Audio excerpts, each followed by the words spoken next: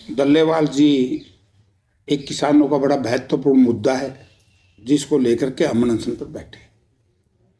तो ये केंद्र सरकार का विषय है और केंद्र सरकार की जिम्मेवारी है कि किसानों से बातचीत करे और डल्लेवाल साहब के पास अपना जनप्रतिनिधि भेज करके उनको बुलाए और जो बातें माननीय देश के प्रधानमंत्री जी ने देश की जनता के नाम एक संदेश दिया था सुबह सुबह कि मैंने जो भूल की है किसानों को समझने में, इसलिए मैं तीनों काले कानून वापस लेता हूँ। तो अब भी प्रधानमंत्री जी ने पहल करके और डल्लेवाल के जीवन को बचाना चाहिए और गृह मंत्री जी दोनों की जिम्मेवारी। सर, आगे नगर निकाय चुनाव होने हैं तो आप कैसे देखते हैं कांग्रेस पार्टी के, क्योंकि सिंबल पे आप कह रहे लड़ेंगे चुनाव? मुझे तो नहीं जचता कि भारतीय जनता पार्टी निकाय चुनाव कराने के लिए तैयार, वो भाज रही है, वो इवेंट्स मैनेज करती है, सोचे छोड़ती रहती है, करती कुछ नहीं है। अगर उन्हें चुनाव कराना था तो बार बार पहले तो ये कहते रहे 6 जनवरी को हमारे साथी विपुल गोयल जी जो लोकल बॉडी मिनिस्टर हैं, इंडस्ट्री मिनिस्टर भी शायद उन्हीं के पास है, तो वो अनाउंस करेंगे। हम भी देख रहे थे कि चुनाव आएगा, चुनाव पार्टी लड़ेगी, चुनाव करवाए नहीं, कोई घोषणा नहीं की हो तो बताओ। तो चुनाव कराएंगे कब? अब तो विषय ये है कि भारतीय जनता पार्टी की सरकार चुनाव कब कराएगी ये मुझे मालूम नहीं। सर, अभी मुख्यमंत्री हिसार में आए थे, उन्होंने ये दावा किया था कि दिल्ली में जो चुनाव होने जा रहे हैं उसमें बीजेपी बड़े मार्जिन से जीत हासिल करेगी। उन्होंने तो ये भी दावा किया था मुख्यमंत्री जी ने प्रगतिशील किसानों को बुला करके, ये भी इवेंट्स मैनेजमेंट ही है, इसको मैनेजमेंट इवेंट्स मैनेजमेंट ही बोलते हैं, तो ड्रामा कर दिया। मैं मुख्यमंत्री जी से कहना चाहता हूँ कि दिल्ली की बातों को छोड़िए, आपकी बात पर कौन विश्वास करेगा जब तक किसान को धान की एमएसपी की जो 2300 रुपये प्रति क्विंटल के हिसाब से रेट था, इन्होंने विधानसभा के चुनाव से पहले ये कहा मेरी सरकार आएगी तो मैं 2300 की बजाय 3100 दूंगा। 3100 तो दूर है, 2300 भी नहीं दिए। आज प्रदेश की हालत क्या है? मुख्यमंत्री जी से मैं आपसे माध्यम से कहना चाहूँगा कि प्रदेश संभालो। महंगाई चरम सीमा पर, बेरोजगारी चरम सीमा पर, कानून व्यवस्था की स्थिति चौपट हो चुकी है। आज कोई भी दुकानदार भाई या व्यापारी भाई या दूसरा भाई शहर में अपने व्यापारिक प्रतिष्ठान में जाता है, उसके परिवार को चिंता रहती है कि वो सुरक्षित या किसी थ्रेट के वापस आएगा कि नहीं आएगा। आज हालत क्या है प्रदेश की? आज जो भ्रष्टाचार है, मैं कहता हूँ रिश्वतखोरी तो ऐसी है कि ये प्राकृतिक आपदा धारण कर गई। जैसे प्राकृतिक आपदा होती है ऐसे ही हरियाणा प्रदेश में भ्रष्टाचार एक आपदा बन चुकी है। लेकिन क्या कहोगे, लोक लाज से चलता है। जब तक राज चलाने वालों में लोक लाज नहीं होगा तब तक हम किसके सामने? बहुत लोग कहते हैं, आप कहते नहीं, किसको कहें? क्योंकि बाय डिफॉल्ट इन्होंने सरकार मिल गई और अब जनता भी और वो लोग भी पिछता रहे हैं जिन्होंने प्रत्यक्ष अप्रत्यक्ष रूप से भारतीय जनता पार्टी का, पार्टियां भी पिछता रही हैं, समर्थन किया। प्रत्यक्ष रूप से समझ गए ना मेरी बात, अप्रत्यक्ष रूप से समझ गए। सर, आगे अगर कांग्रेस के संगठन की बात की जाए, कब तक संगठन का विस्तार होगा और कब तक क्या लगता है कि नई लिस्ट भी प्रभारियों की जारी होनी थी, रुक गई थी, वो कब तक? संगठन का काम तो पार्टी बताएगी, मुझे नहीं पता, लेकिन संगठन जल्दी बनेगा और संगठन में तो हमारे साथी काम कर रहे हैं।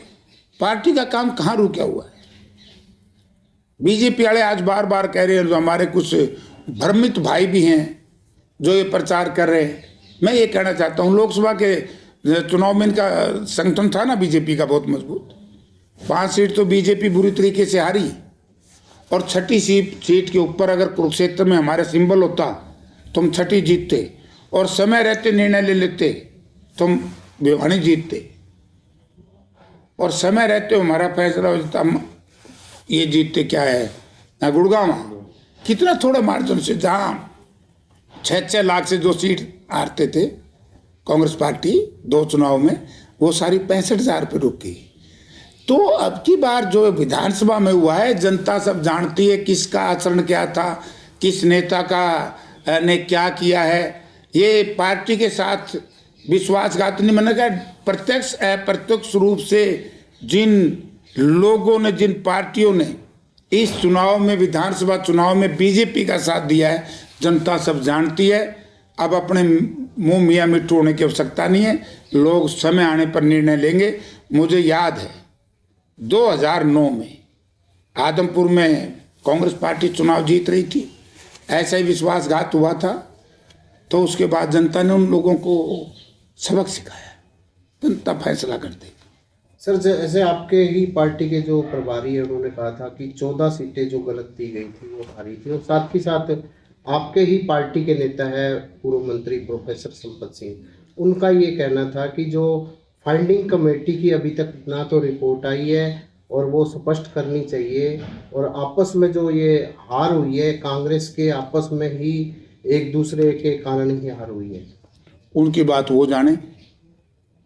प्रभारी हमारे प्रभारी के बारे में मैं नहीं कुछ बोल लूँगा, वो तो इंचार्ज है हमारे प्रदेश के, उसके खिलाफ बोलना या उस वक्त के बारे में बोलना, जो उन्होंने बात की है पार्टी का मामला है, पार्टी प्लेटफार्म पे बात करेंगे, हम यहाँ क्यों करेंगे।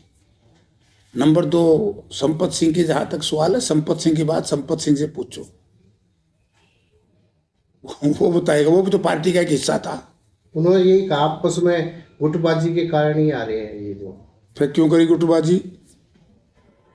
तो वो लोग जो गुटबाजी की बात करते हैं वो लोग बताएं क्यों करी गुटबाजी। 2009 में भी गुटबाजी थी क्या? तो ये ड्रामा है, लोग सब समझ रहे हैं। और आज जिस तरीके से चौधरी भूपेंद्र सिंह हुड्डा के नेतृत्व में प्रदेश में आज भी कांग्रेस और कल भी कांग्रेस जो वोट मिले हैं, ये कितने शानदार मिले हैं। हमने वो उन सीटें जीतियों का कोई नहीं बताता कि आदमपुर पहली बार जीते। उकलाना में जमानत जब्त होती थी कांग्रेस कैंडिडेट की, वहाँ आज 28,000 से जीते हैं। 52 साल के बाद हम नानू जीते हैं, वो कोई नहीं याद कर रहा।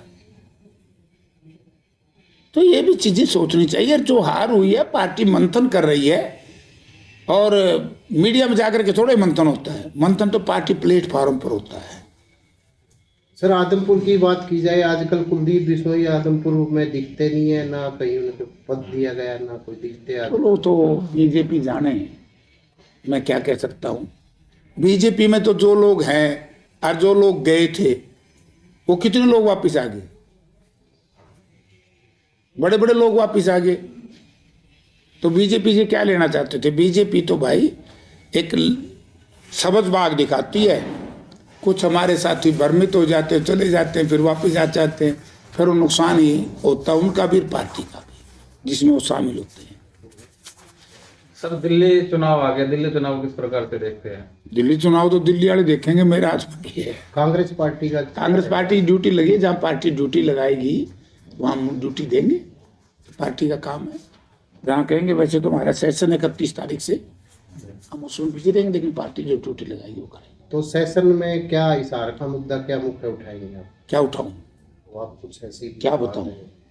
मुझे तो शर्म आने लगी 2 दिन से कि नेता कितनी झूठ बोल सकते हैं। और कौन नेता? बीजेपी और उसके लेफ्ट और राइट की पार्टियां, दाएं बाएं की पार्टी, जो प्रत्यक्ष अप्रत्यक्ष रूप से जिन्होंने इस विधानसभा के चुनाव में बीजेपी का साथ दिया है, अपने उम्मीदवार खड़े करके, इंडिपेंडेंट उम्मीदवार खड़े करके। मैंने सिविल एविएशन सेक्रेटरी सचिव मिले थे, मैंने उनसे चर्चा की कि हिसार में हमारे इंटरनेशनल एयरपोर्ट बनना है, जल्दी बनवाओ ताकि लोगों का काम धंधा और चले।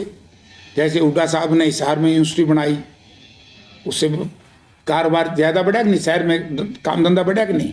हांसी रोहतक रेलवे लाइन जुड़ाई, उससे व्यापारियों को लाभ हुआ कि नहीं हुआ।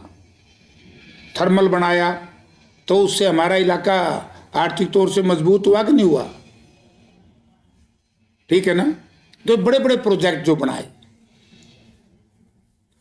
तो इसलिए मैंने कहा कि भाई हमारा हवाई अड्डा भी बनाओ, क्योंकि हुड्डा साहब जब मुख्यमंत्री थे, और मुझे यहाँ तक याद है शायद Chaudhary Ajit Singh civil aviation minister थे, तो उस वक्त इंटरनेशनल एयरपोर्ट की बात हुई थी।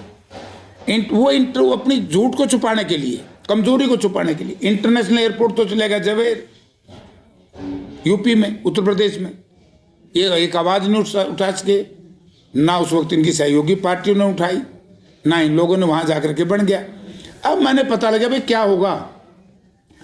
रूसी मीटिंग में अलायंस एयरलाइंस का जो CMDO बैठा था, तो मैं जब बोल रहा था तो मेरे पास वो आया कि MP साहब मैं हूँ उसका CMD अलायंस एयरलाइन का, कि अभी तो इनके पास लाइसेंस भी नहीं है हरियाणा गवर्नमेंट के पास। और बोले ये सेंटर का हवाई अड्डा नहीं है, ये प्रदेश सरकार ने बनाया है।